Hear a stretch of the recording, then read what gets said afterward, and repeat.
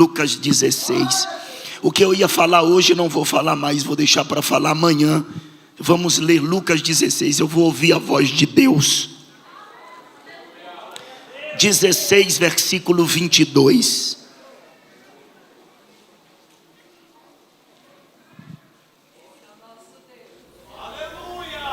E aconteceu que o mendigo morreu e foi levado pelos anjos para o seio de Abraão.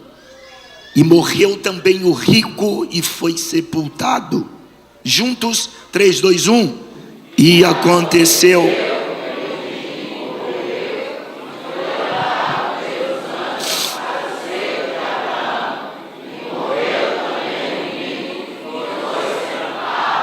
Amém. Tome o seu assento, muito obrigado.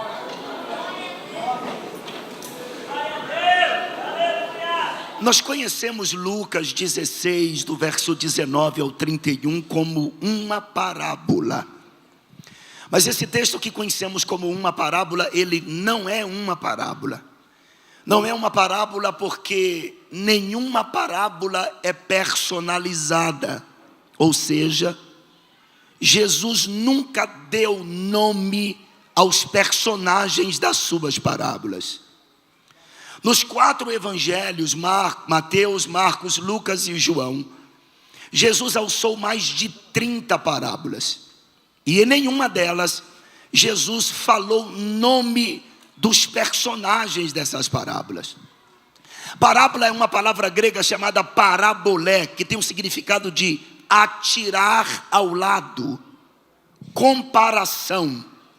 Observe que todas as vezes que Jesus alçou uma parábola, ele sempre começou dizendo, por exemplo, um certo homem tinha 2 filhos. Noutra parábola ele começa dizendo, a herdade de um homem rico tinha produzido frutos. Noutra parábola ele começa dizendo, qual de vós tem um amigo? Ele não dá nome aos personagens das suas parábolas. No capítulo de número 8, verso 4 do Evangelho segundo escreveu Lucas, ele disse que um semeador saiu a semear sua semente. Em outra parábola ele começa dizendo, um certo homem fez uma grande ceia. Noutra parábola ele inicia dizendo, o reino dos céus é semelhante, é comparado a 10 virgens. Nunca, em parábola alguma, Jesus deu nome aos seus personagens. Já nesse texto, do versículo 19 até o 31, apesar de na sua Bíblia estar escrito uma pequena epígrafe dizendo ser uma parábola, lembre-se que antes da Bíblia ser dividido em versículos e capítulos, não havia essas divisões de textos. Por isso, esse texto não é uma parábola, porque nesse texto Jesus fala de algumas pessoas. Ele fala de um homem rico, ele fala de um homem por nome Lázaro, ele fala de Moisés, ele fala dos profetas, ele fala do mundo dos mortos, o Hades, ele fala de Abraão. Se eu perguntar para os senhores, vocês me responderão um enfático não. Abraão é uma parábola? Não. Moisés é uma parábola? Evidentemente que não. Os profetas são parábolas? Claro que não. Se esse texto, pastor Denilson, não é uma parábola, o que é que esse texto significa? Esse texto é uma narração crítica de um fato. É um testemunho que Jesus dá. E ele começa dizendo assim no verso 19. Ora, havia um homem rico e vestia-se de púrpura e de linho finíssimo, e vivia todos os dias regalada e esplendidamente. Quando Jesus faz alusão a este homem, a história dá o nome dele de Nélivis. Era um homem rico que possuía tudo que nesta vida qualquer mortal deseja. Jesus disse que ele vestia-se de púrpura. Nos dias de Jesus, a púrpura era considerada divina, era considerada real, era considerada também imperial. Mas ao mesmo tempo que Jesus disse que esse homem vestia-se de púrpura, Jesus disse que ele também vestia-se de linho finíssimo. A palavra linho finíssimo nos dias de Jesus era chamada de leocon cataron. Significa justiça, pureza e santidade. Isso significa que este homem era um homem religioso. Ele era um homem religioso, só que ele não tinha um compromisso espiritual, nem um compromisso moral com Deus. Pois ao mesmo tempo que ele vestia-se de linho finíssimo, Jesus disse que ele vivia a sua vida regalada e esplendidamente. A vida dele era promíscua, sem nenhum tipo de compromisso moral com Deus. É aquele tipo de gente que vai na sua religião, participa das reuniões da sua religião, mas depois vai para uma vida pregressa, uma vida dissoluta, promíscua, por não ter um compromisso com Deus. Ao mesmo tempo, Jesus diz no versículo de número 20, que havia também um certo mendigo por nome Lázaro, que jazia cheio de chagas à porta deste homem rico, e desejava alimentar-se de todas as migalhas que caíam da sua mesa, e os cães vinham lamber-lhes as chagas.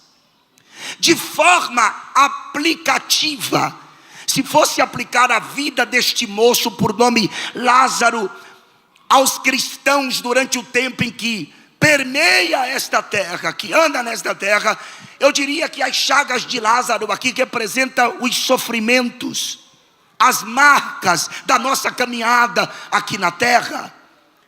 Jesus diz que ele desejava comer das migalhas que caíam da mesa do rico. Não precisa a gente recorrer à Bíblia, porque todo mundo sabe. Toda a riqueza deste mundo para Deus é como migalhas. Se você não está trabalhando, o que você mais deseja é ter um emprego. E para que você quer um emprego? Para trabalhar, ora. E para que você quer trabalhar? Para ganhar dinheiro. E para que você quer dinheiro? Para comer, para se vestir, para pagar as suas hipotecas. Só que aquilo que a gente necessita para o nosso mantimento durante o tempo em que a gente caminha, peregrina aqui na terra, isso para Deus é como migalhas. Lázaro desejava ardentemente das migalhas que caíam da mesa deste rico, e os cães vinham lamber-lhes as chagas. Isso aqui de forma aplicativa seria as calúnias, as difamações, as traições que os cristãos sempre foram vítimas durante o tempo da sua peregrinação aqui na terra. Só que o versículo de número 22 diz que aconteceu que o mendigo morreu. É possível que o mendigo, tanto quanto o rico, morreram na mesma época. Quando esse mendigo morreu, um cortejo o levou para o paraíso, ou melhor, o seio de Abraão. O texto dizia: aconteceu que o mendigo morreu e foi levado pelos anjos para o seio de Abraão. Um mendigo como este, quando morria nos dias de Jesus, era muito comum encontrar os corpos debaixo das marquises da cidade. E quando as autoridades não recebiam um ente querido para dar um sepultamento decente ao indivíduo, não poucas vezes a história registra que o corpo desse indivíduo era queimado junto com o lixo da cidade. Mas quando um homem rico desse falecia, saía mensageiros por todas as cidades adjacentes informando que fulano de tal havia falecido, e as pessoas influentes, os políticos influentes, sempre participavam do cortejo fúnebre de um homem rico como esse para dar o adeus. Era muito comum nos dias de Jesus, quando um homem como este falecia, no cortejo fúnebre não faltava as carpideiras, as mulheres que eram pagas para chorar. Até hoje, em enterro de pessoas milionárias, tem as famosas carpideiras. São aquelas mulheres que vão próximas ao caixão, com gestos patéticos de desespero, simulando desmaios, arrancando porções dos cabelos, como se fosse alguém próxima do morto, somente para impactar a multidão. Nos dias de Jesus, estas mulheres eram pagas para chorar nos cortejos fúnebres. No cemitério, os políticos influentes discursaram em volta do caixão, deixaram o seu último adeus, seus buquês de flores, e depois todos voltam para suas respectivas casas com sentimento de tristeza. Afinal de contas, a morte tinha ceifado alguém que eles amavam. Só que tem um detalhe: você pode acompanhar alguém que morreu, você pode chorar no cortejo fúnebre, pode jogar uma pá de terra sobre o seu caixão, deixar flores no seu caixão, voltar para sua casa chorando com sentimento de tristeza porque a morte levou alguém. Só que você não tem como acompanhar a alma da pessoa até o seu destino. A Bíblia diz que quando este homem chega no mundo dos mortos, olha o que o versículo 23 disse: e no Hades, que é o mundo dos mortos, ergueu ele os olhos estando em tormento, e viu ao longe Abraão e Lázaro no seu seio. E ele disse clamando. A palavra clamar aqui é gritar em alta voz. Isso aqui é uma oração que ele está fazendo. No inferno tem oração 24 horas. Orações que são feitas tarde demais. E ele clamou e disse: Pai Abraão, peça que Lázaro molhe a ponta do seu dedo na água. Jesus usa uma linguagem física para descrever os tormentos indizíveis do mundo dos mortos. Peça a Lázaro que molhe a ponta do seu dedo na água e me toque a língua para que me refresque desta chama. Tem gente que lê esse texto aqui e não entende porque que este homem foi para este lugar. E lá ele viu Lázaro no seio de Abraão. Olha para cá. É que até a morte de Jesus, o mundo dos mortos era de uma forma. Depois da morte de Jesus, algo foi retirado do mundo dos mortos e transportado para um outro lugar. Então me explica, pastor. Vou fazer uma pequena analogia para você entender. O mundo dos mortos até a morte de Jesus era assim: no meio o abismo, como está escrito em Apocalipse capítulo de número 9. Dentro desse abismo tem muitos demônios. De um lado do abismo tinha o chamado seio de Abraão. O seio de Abraão era para onde ia aqueles que serviram a Deus até a morte de Cristo. Do outro lado do abismo tinha o chamado, e tem até hoje, lugar de tormento, para onde foi, para onde foram e para onde irão aqueles que não serviram, não servem e não servirão a Deus. Pastor Denilson, por que aqueles que serviam a Deus, quando morriam até a morte de Jesus, iam para o seio de Abraão no mundo dos mortos?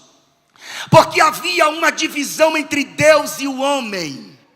Lembrem-se que quando Jesus morreu no patíbulo da cruz, que ele disse: em tuas mãos entrego o meu espírito, e ele expirou, o véu do templo se rasgou de alto a baixo.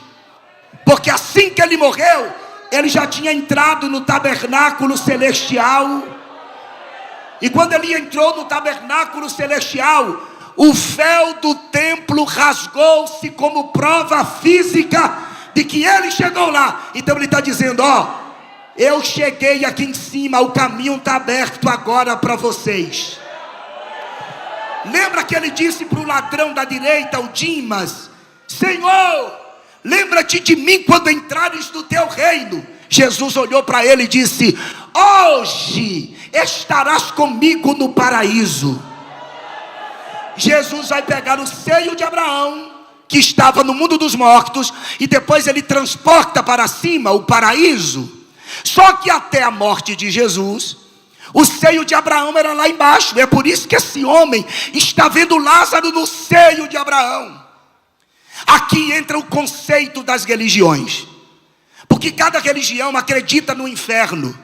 Por exemplo, os budistas acreditam no inferno.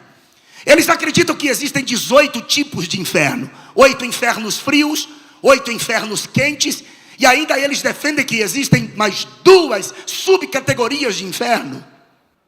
Você sabe que a Igreja Católica Apostólica Romana também defende que existe um inferno, mas existe o purgatório. E as pessoas que morrem, que não foram para o céu, vão para o purgatório, e fica durante um período indeterminado no purgatório, num certo sofrimento, sendo purgado os pecados, e depois de purgado os pecados, é retirado de lá do purgatório e é introduzido no céu.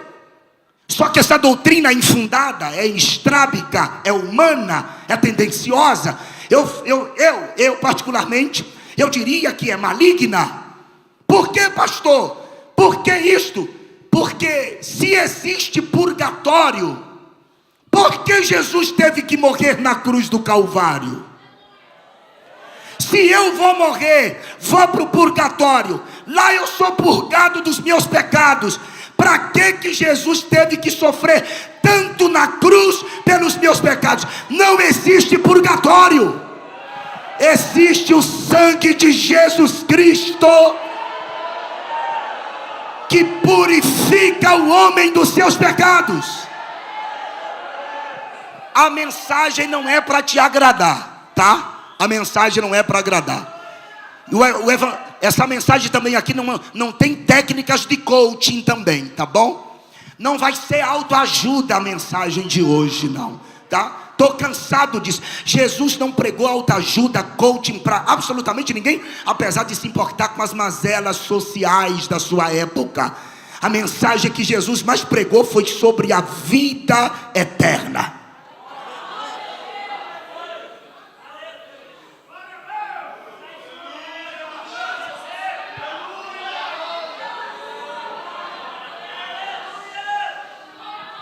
Os espíritas acham que nós que estamos aqui já vivemos num tempo passado. Isso mesmo. Os 7 bilhões ou mais de 7 bilhões do planeta Terra, para a doutrina espírita, acha que todos nós estamos aqui porque nós reencarnamos. Para eles, nós iremos reencarnar quantas vezes for necessário até sermos perfeitos. Quem já foi na França, mas precisamente em Paris, deve ter conhecido o mausoléu de Allan Kardec, o precursor do espiritismo moderno, que em letras garrafais está lá escrito: a lei da reencarnação é nascer, viver, morrer, reencarnar e viver sempre. Ora, irmãos, nenhuma mulher, isso aqui é biologia, nenhuma mulher engravida sem ter uma relação íntima com um homem. Pastor, mas não teve. Tem inseminação artificial. É preciso espermatozoide para que o óvulo da mulher fecunde, para que a mulher engravide. Se não tiver uma relação íntima ou uma inseminação artificial como existe hoje, as mulheres nunca irão engravidar. E olhe que a enciclopédia britânica atualizada, isso aqui é biologia ainda, diz que no momento da ejaculação masculina, cerca de 200 a 500 milhões de espermatozoides caminham 15 centímetros para chegar até o óvulo, para que seja fecundado. Tem mulheres que são difíceis de engravidar. Quando engravida de 1, de gêmeos. Tem mulher que engravida de 3. Eu já vi uma mulher que pariu 5, mas isso é raro. Foi notícia no mundo inteiro. Olha isso aqui. Observe que quando cerca de 500 milhões de espermatozoides caminham em direção ao óvulo da mulher, é Deus que determina se a mulher engravida ou não. A Bíblia diz que é Deus quem abre o ventre da mulher para que ela seja mãe de filhos. Ei, pastor, mas como é isso aqui, pastor? Se não tiver uma relação íntima ou uma inseminação artificial como acontece hoje, nunca a mulher engravida. E é Deus que quer que a mulher engravide ou não. E tem um detalhe: Deus escolhe a pessoa ainda sendo espermatozoide. Sabia disso? Olha Jeremias capítulo de número 1, versículo de número 4 e versículo de número 5, o profeta diz: assim veio a minha palavra do Senhor dizendo: antes que eu te formasse no ventre, antes que eu te formasse no ventre, eu te conheci. Deus estava dizendo: Jeremias, você era um espermatozoide no meio de 500 milhões e eu escolhi você. Lá vai Jeremias ali, ó. Já vai Denilson ali, ó. Já vai Sidney ali, ó. Já vai João ali. Deus escolheu. Faz assim com a mão, faz assim com a mão. Aponta para alguém aí, diga: Deus escolheu você no ventre. É por isso que nós somos contra o aborto.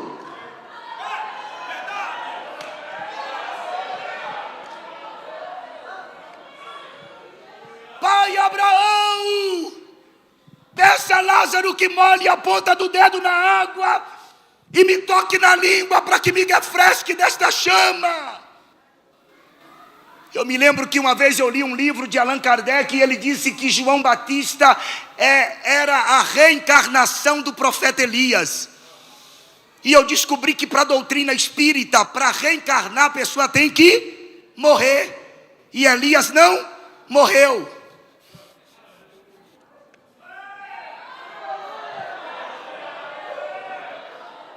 Elias foi elevado aos céus, hein?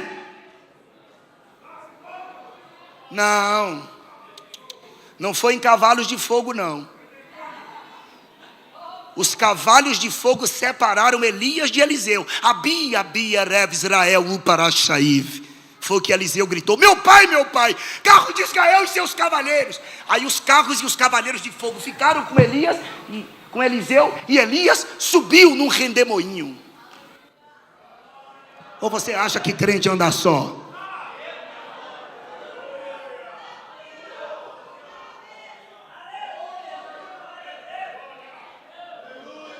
Pai Abraão, peça a Lázaro que molhe a ponta do seu dedo na água e me toque na língua para que me refresque desta chama.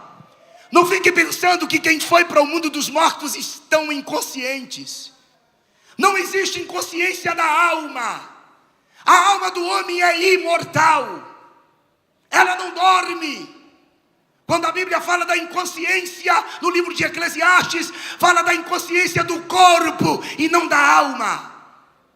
A alma é imortal. Está consciente daquilo que fez. Existem pelo menos 5 tipos de tormento no inferno. Quais, pastor? Número 1, a ausência de Deus. Número 2, a consciência, que é o tribunal da alma. Número 3, a companhia dos demônios. Número 4, lá não tem amigos para conversar. Ir no shopping à tarde, tomar um cafezinho. 5º, não existe projetos de fuga. Jonatas Edwards, no seu célebre sermão, Os tormentos indizíveis do inferno, ele disse: passarão as idades do sol e da lua e das estrelas, eras e eras. Mas as pessoas que se perderam, nunca mais sairá de lá. Pastor, esse homem rico foi para o inferno porque ele era rico? Não. Esse homem pobre foi salvo porque aqui ele era pobre? Não. É que nós escolhemos nesta vida onde viveremos a eternidade. Eu recebi um convite para pregar numa cidade do estado de Connecticut, nos Estados Unidos da América, chamada de Bridgeport. Pastor Nivaldo foi um missionário enviado pela igreja Assembleia de Deus de Americana, no estado de São Paulo. Pastor Antônio Munhoz. Quem é da Assembleia de Deus e conhece sua história sabe que pastor Antônio Munhoz foi o 3º vice-presidente da Convenção Geral das Assembleias de Deus do Brasil. Tive o privilégio de pregar algumas vezes em Americana.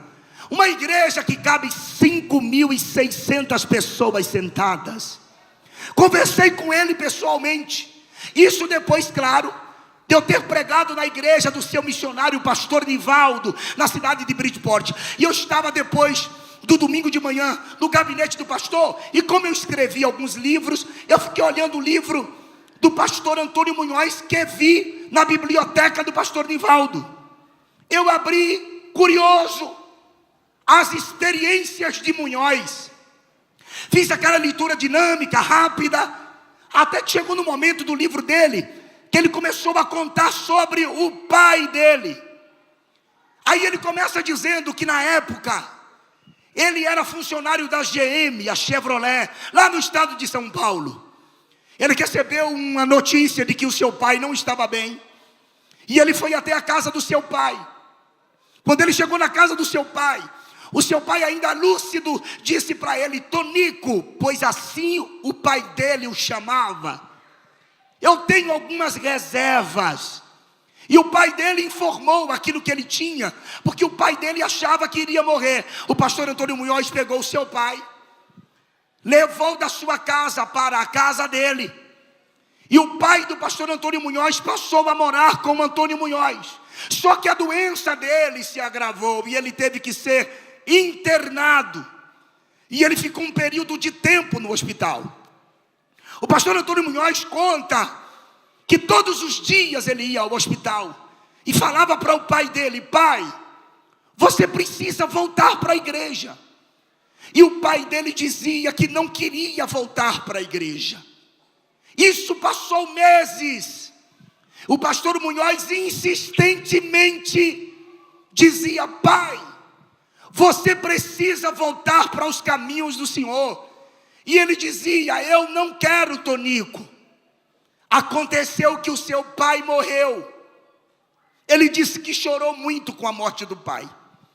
Passou-se alguns dias, o pai dele não saía da sua mente. E não era a razão do pai dele ter morrido. O que mais incomodava ele era o fato do seu pai ter morrido sem ter voltado para Jesus. E ele disse a Deus: Deus, fala comigo. Cadê o meu pai? Ele disse que um dia ele orou. E nesse dia que ele estava orando, o coração dele começou uma vontade de orar constantemente a Deus por uma resposta. Ele falou que um certo dia ele levantou pela manhã bem cedo, foi trabalhar. Ele disse que tinha uma alegria no coração dele tão grande que fazia tempo que ele não sentia.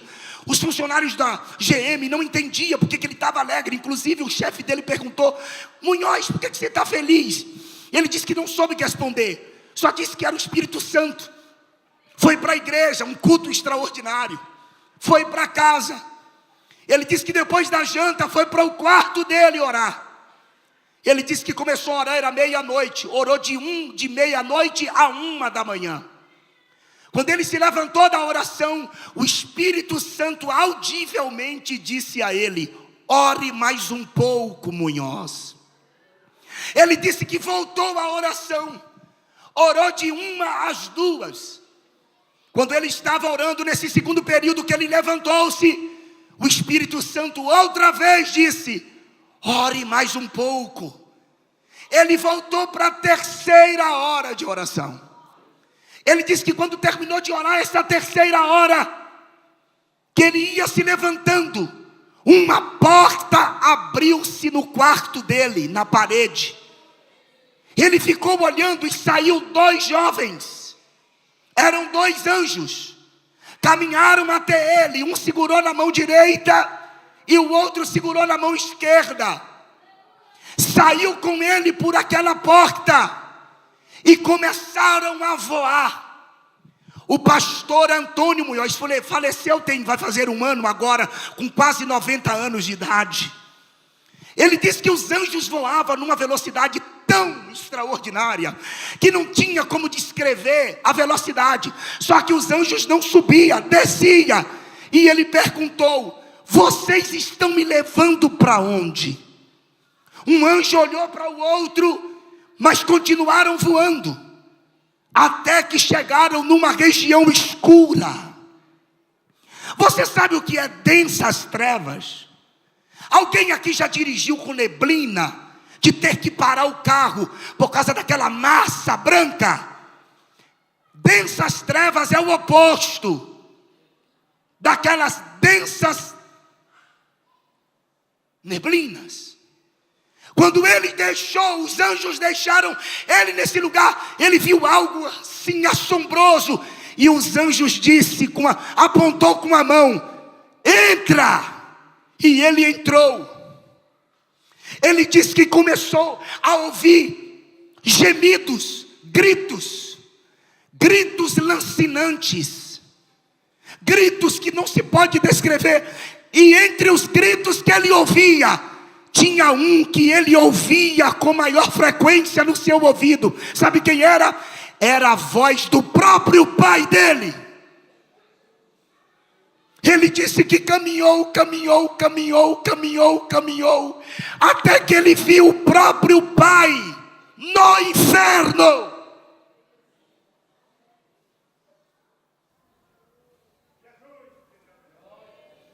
O pai dele, quando o avistou, disse assim: Munhoz, você veio me buscar, mas não tem como eu sair daqui, Munhoz. Ele disse que saiu de lá de dentro. Os anjos estavam esperando ele do lado de fora. O testemunho é muito grande. Ele foi em um outro lugar. Quando ele chegou em casa, que ele foi deixado pelos anjos, o dia tinha amanhecido. Ele disse que passou o dia sem olhar nem para o céu. Ele ficou chateado com Deus e dizia: Deus, por que, Deus? Por que que meu pai foi para o inferno? Por que que meu pai se perdeu?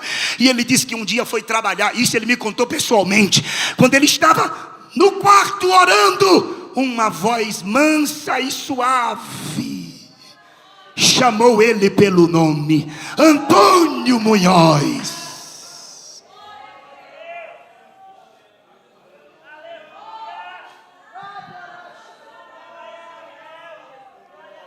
Por que estás triste comigo? Não foi culpa minha.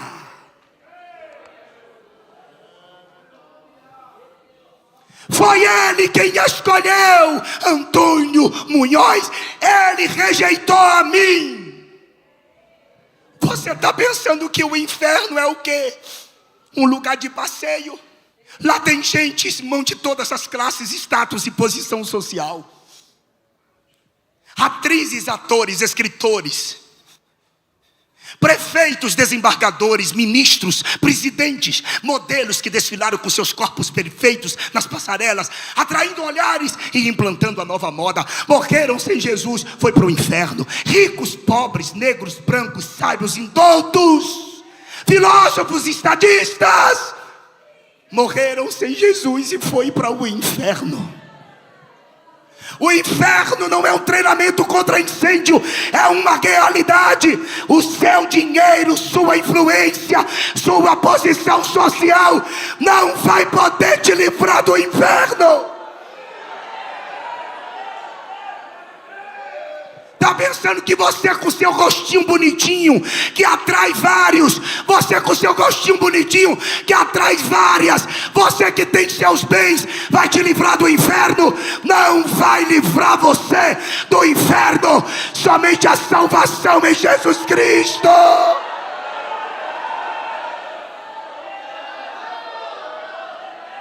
Pegue na mão de alguém aí, se você puder, por favor. Aleluia. Fale para o seu irmão: eu quero ver você no céu. Fala para ele. Fala para ele: eu quero. Oh, irmãs.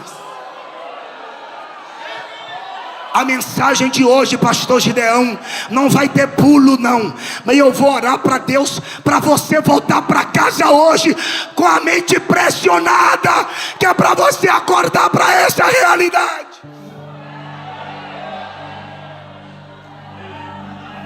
Vários filósofos, na hora que morreu, e que estava morrendo, melhor dizendo, em vida, desfizeram, tentaram refutar tudo acerca de Deus, suas doutrinas. Como está acontecendo hoje nas nossas universidades, um marxismo cultural implantado por uma quadrilha para destruir nossa juventude, desacreditar em Deus. Eu conheci jovens lindos. Conheci uma moça linda, filha de uma família nobre. A menina foi para a universidade, a menina virou um monstro.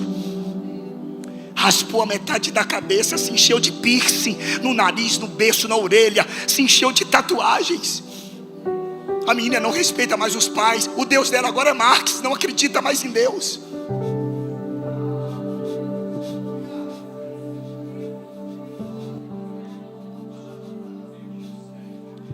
A maioria dos filósofos escarneceram de Deus e na hora da morte puderam falar alguma coisa. Vocês não lembram do Lenin? Lenin morreu em confusão mental. Na hora da morte ele pediu perdão às cadeiras e às mesas. A freira que tomou conta de Lenin na noite disse que nunca mais queria ver um ateu morrer. Quem nunca ouviu falar de Talleyrand? Diz que na hora que Talleyrand estava morrendo, ele disse assim: sofro os tormentos dos perdidos. Mazarino disse quando estava morrendo: ó minha alma, o que será de ti? Jean Paul Sartre gritou quando estava morrendo: fracassei. Jacoda, ele disse quando estava morrendo: deve haver um Deus e Ele está me castigando por causa dos meus pecados. Karl Marx, ele disse: estou perante um passo para dentro da escuridão.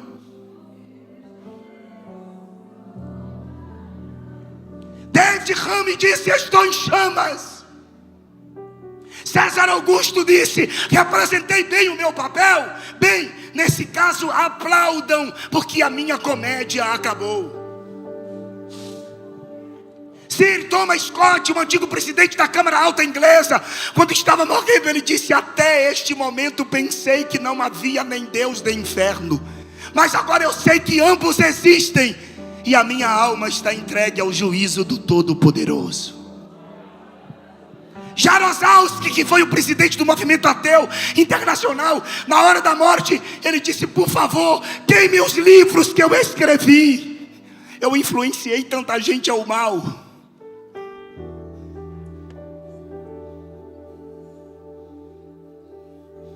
Diferentemente de quando um crente morre é outra história. John Oxtop, um fiel servo de Deus, quando estava morrendo, ele disse: oh, que contemplei uma visão que não posso descrever.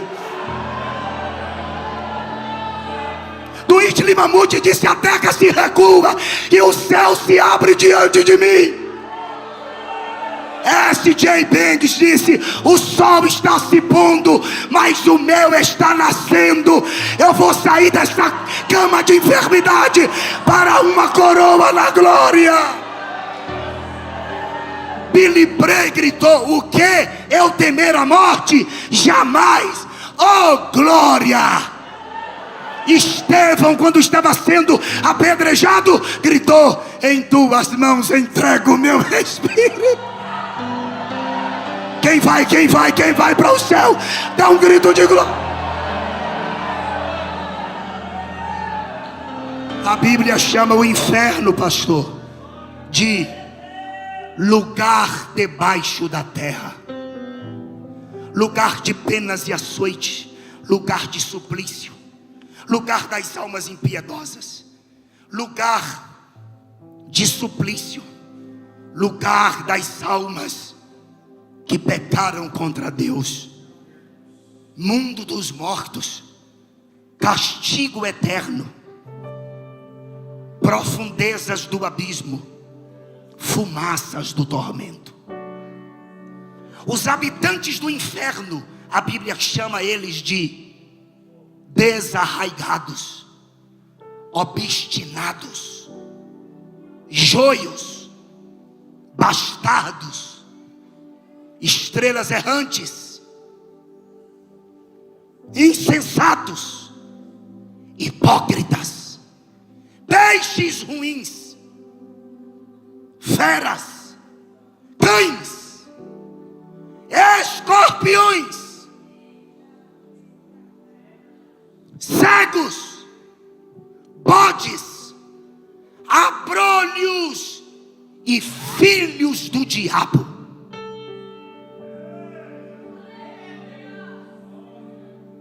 Esse Deus que você acha que é só amor, você está enganado. O amor dele não está em detrimento da sua justiça. Quando eu falo que o homossexualismo é pecado, não é porque eu sou homofóbico, porque homofóbico é quem quer matar o homossexual. Quando eu digo que a prática é errado, é porque eu estou salvando ele do inferno. Eu estou dizendo: eu te amo.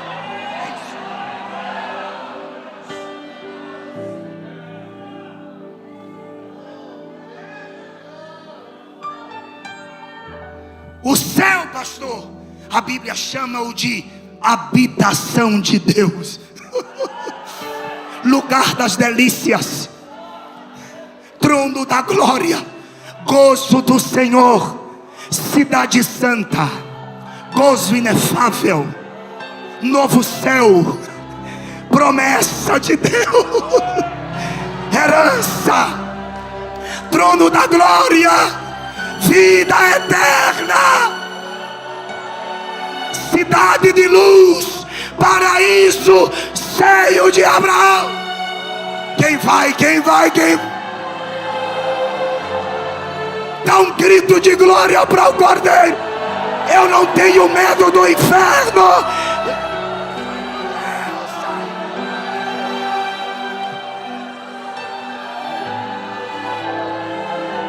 Os habitantes do céu, se é você glorifica, tá bom? Os habitantes do céu, a Bíblia chama de ovelhas, cordeiros, estrelas, sal da terra, luz do mundo, puros, joias, lua, pomba, sol, vencedores, fiéis, fragmentos da rocha, herdeiros de Deus, co-herdeiros de Cristo.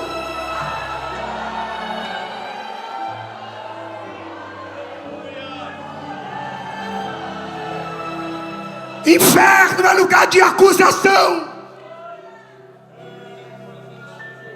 Lá vai ter ovelhas que foram ovelhas aqui, e vai dizer para o pastor que não falou a verdade para ela: a culpa é sua. Filhos vão dizer para o pai: o senhor não me ensinou. Amigos vão olhar para o outro e vai dizer: a culpa é sua, que você não me ensinou, você não me evangelizou. O inferno é lugar de acusação.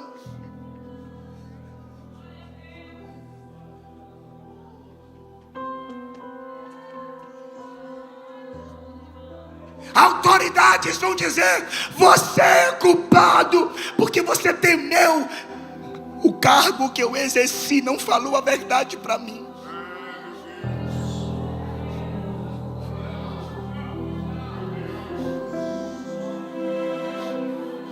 E o diabo criou leis agora da gente não poder falar certas coisas. O primeiro pastor a ser preso no Brasil vai ser eu, você vai ver.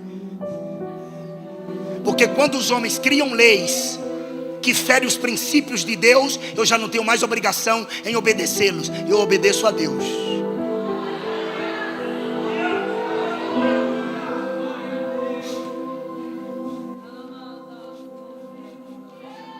A culpa é sua. A culpa é sua. Quando aquele homem soube que não tinha como sair de lá, ele, em vez de clamar, ele começa a rogar. Rogar é pedir sem parar, insistentemente. Ele deixa de clamar por ele e ele faz um rogo. Ele disse: pai Abraão, já que eu não tenho como sair daqui, eu rogo a ti, peça que Lázaro vá na casa dos meus irmãos. Eu tenho 5 irmãos. Manda Lázaro ir lá para avisar a eles, para eles não vir para aqui também. Avisa. Já que eu não tenho como sair daqui, pai Abraão, peça a Lázaro que vá na casa do meu pai, porque eu tenho 5 irmãos. Fala com eles, para eles não vir para aqui. Aí Abraão olhou para ele e disse assim: ó, não tem como. Não tem como. Não tem como morto falar com vivo. E o que é que eu faço, pai Abraão? Abraão respondeu: eles têm Moisés e os profetas. Eles têm Moisés e os profetas. Eles têm Moisés e os profetas. Tem que crer neles.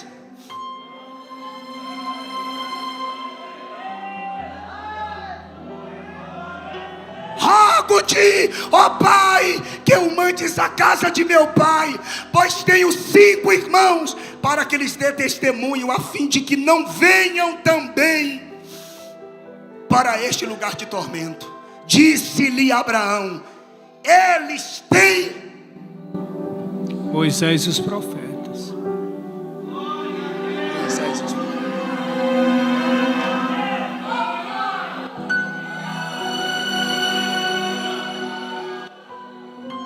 Eles têm Moisés e os profetas. Pastor, quem é Moisés?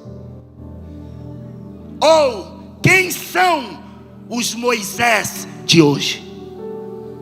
Quem são? E os profetas? Queridos, não tem nem. Só tem Moisés e os profetas que pregam esse caminho aqui, ó. Não é mérito nosso, é dele.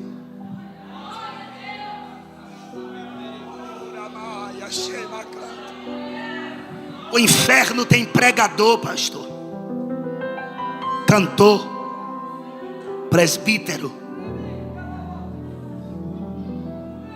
membro da igreja, obreiro, missionário.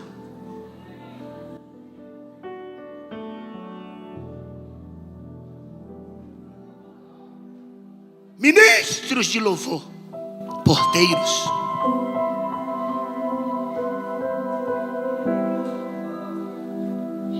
Você está pensando que o evangelho que Jesus pregou foi isentando a gente? O juízo dele começa pela sua casa.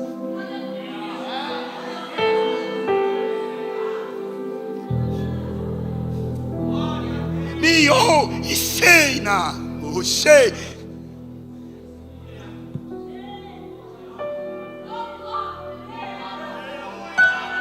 Na mihori na equena sou.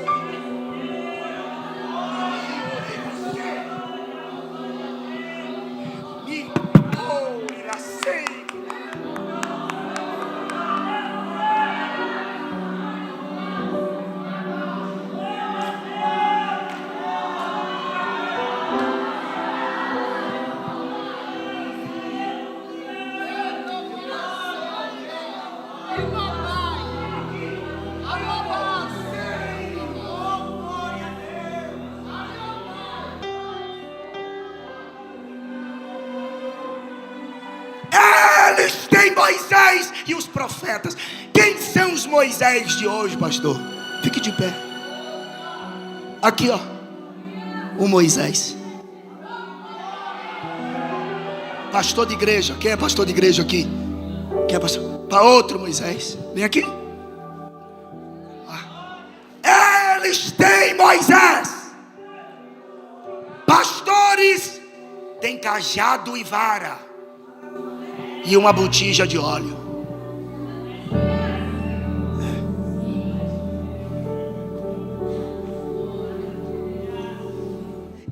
Eles têm Moisés e os profetas.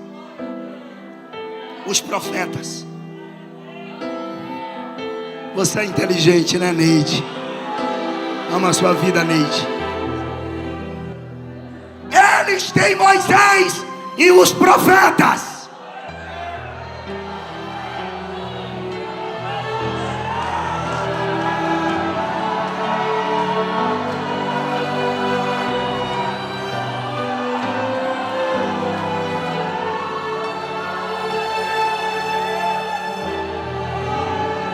Eles têm Moisés e os profetas. Ouçam-nos. Quem tem a mensagem da cruz, quem tem a mensagem do céu, é o salvo. Cadê os salvos? Cadê os salvos? Cadê os...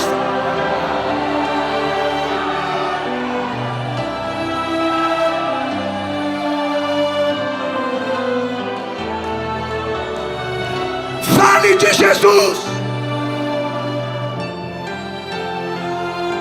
Fale de Jesus.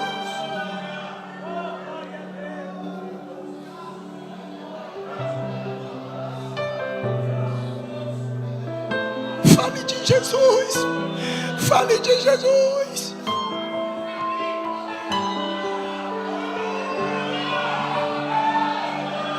Na oferta missionária de hoje eu fechei os olhos. Foram poucos que vieram aqui.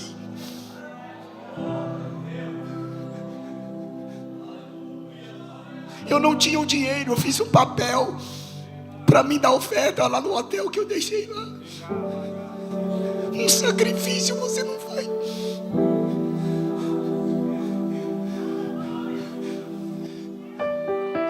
Você quer que eu te faça pular?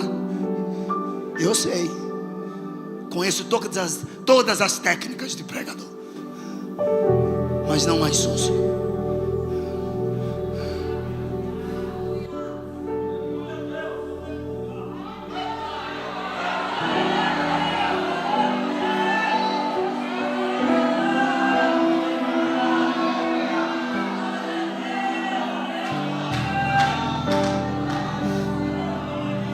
Pega na mão de alguém aí, vai. Bota a Bíblia no banco. Fala para o seu irmão aí. Fale de Jesus para alguém. Pergunta ele aí. Arde no teu coração, não? Não arde, não.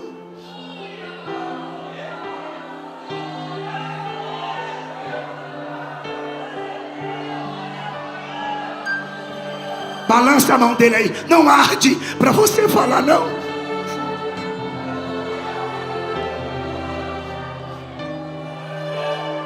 Pode soltar a mão dele aí e dar um grito de glória para Jesus.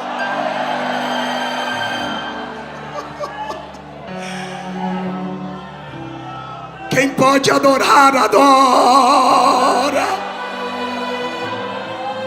Quem pode adorar, levanta a mão e glorifica o Cordeiro.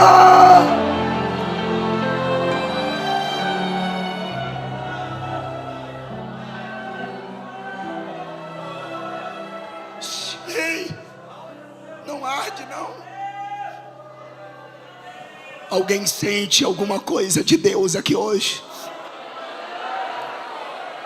Alguém sente alguma coisa de Deus aqui? Alguém sente o Espírito Santo? Lá fora do telão, o povo está lá em pé. Lá, orabara, churabacantarama. Ah, jovens, vocês podem revolucionar, jovens. Ah, igreja, cadê os profetas? Cadê os profetas? Cadê os profetas? Deixe o Espírito falar dentro de você. Faça alguma coisa para Deus enquanto há tempo. É agora ou nunca. É agora ou nunca.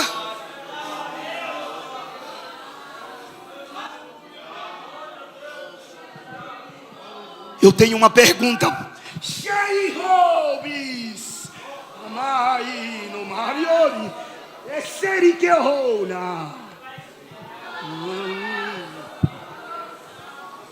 Chegai-vos a mim. O Senhor quer que façamos isso. Eu vos chegarei a vós. Oh, aplanai os vossos caminhos, diz o Senhor. Sabe quanto vale uma alma? Olhe para a cruz e veja o quanto sofreu o Filho de Deus, para que inclusive você estivesse aqui. E o Espírito Santo tem feito de tudo para você ser útil no seu reino.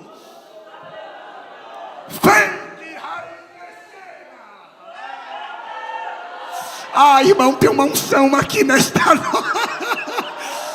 Abra a boca para glorificar, abre.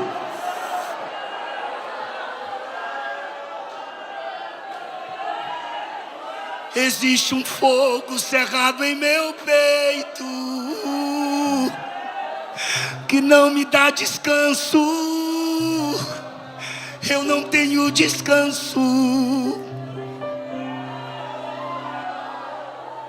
Tem um fogo cerrado em meu peito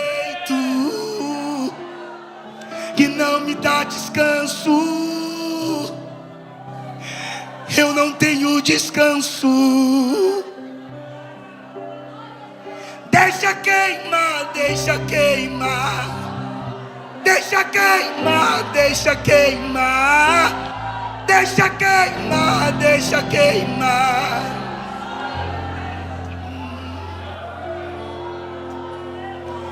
La la la, la la la la la, la la la.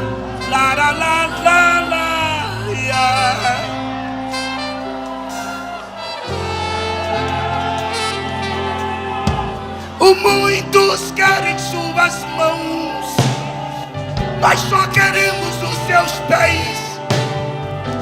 Muitos querem suas mãos, só queremos seus pés. Muitos querem suas mãos, nós só queremos os seus pés. Muitos querem suas mãos, só queremos seus pés. Deixa queimar, deixa queimar.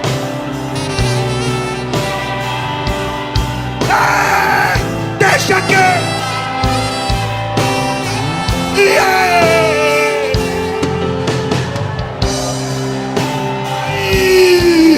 Queima.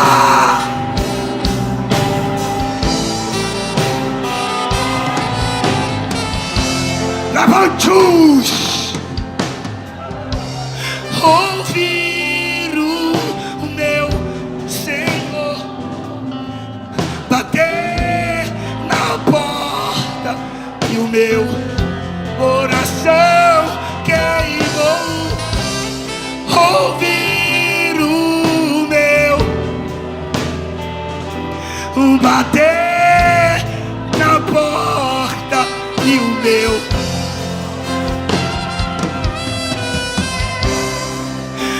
Eu não vou parar,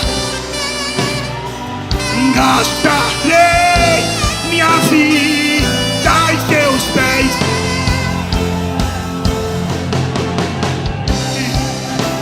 Eu não vou parar, gastarei minha vida em teus pés. Quem sente da glória? Adora o Cordeiro de Deus. Ei, eu tenho uma pergunta, não se move do lugar. Quem está afastado da igreja aqui? Faz assim. Pastor, eu saí da igreja e eu me desviei. Faz assim. Por favor. Faz assim.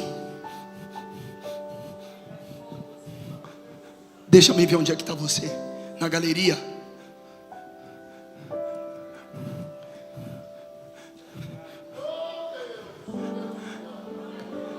Quem se afastou da igreja aqui? Quem se afastou?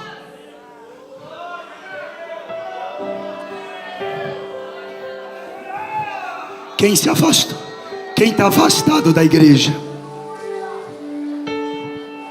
Quem está afastado da igreja aqui fora? Levante a mão.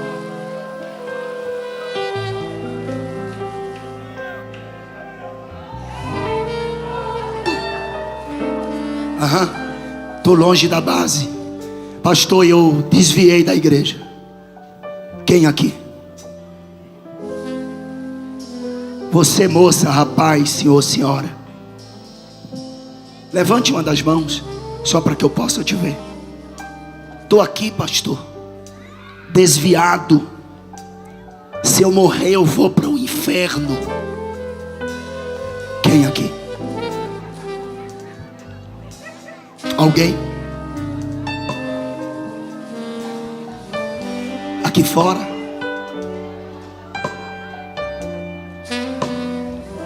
Quem está afastado da igreja?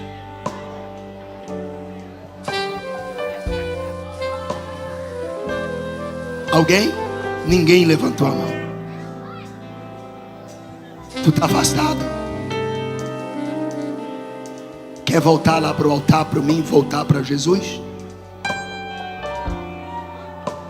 Então vem, me segue.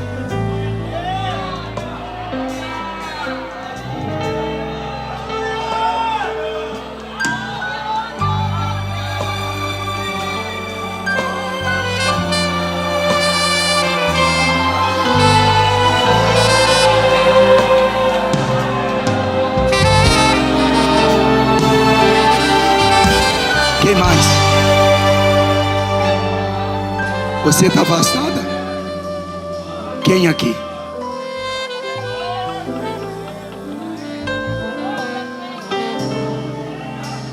Quem mais aqui está afastado da igreja, afastada? Você? Está na igreja? Salvo? Quem? Venha, meu amado. Ele está vindo por Love Berraí, Velove Ruas, Kembaraí, Amarioba. É que Deus tem um negócio com você, cara. Você é travesso, você é rebelde, mas o Espírito Santo tem um negócio com você, cara. Tá sentindo que eu... aquela...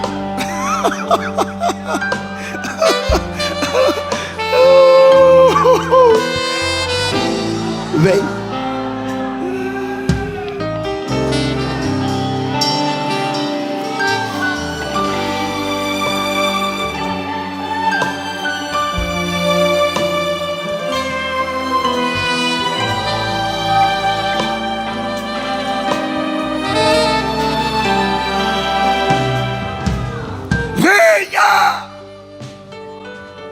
Jesus te chama. Não quero mais errar, não quero mais pecar, não quero transgredir, só quero te servir. Quero ser mais fiel, quero ser verdadeiro. E no meu coração tu és último e primeiro. Cante! Eu quero estar em tua casa, o teu poder quero sentir. Não há lugar melhor no mundo está aqui do que está perto de ti. Aleluia! Estar aqui na tua casa, Senhor, enche o nosso coração de alegria. Aleluia!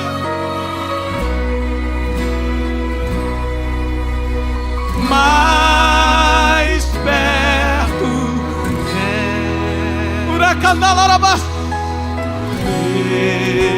meu Deus, de ti, ainda que seja dor, eu me una a ti. Sempre hei de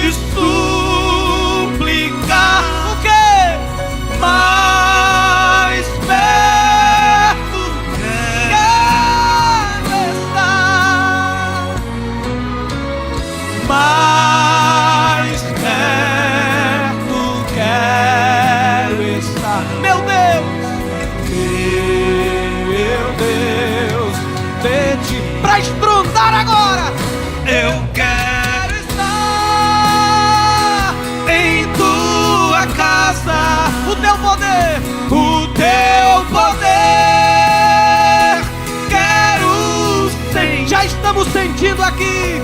Não há lugar melhor no mundo do que está aqui, do que está perto de ti. Eu quero estar em tua casa, o teu poder. Eu estou vendo pessoas sentindo lá na galeria, lá fora no telão. Não há lugar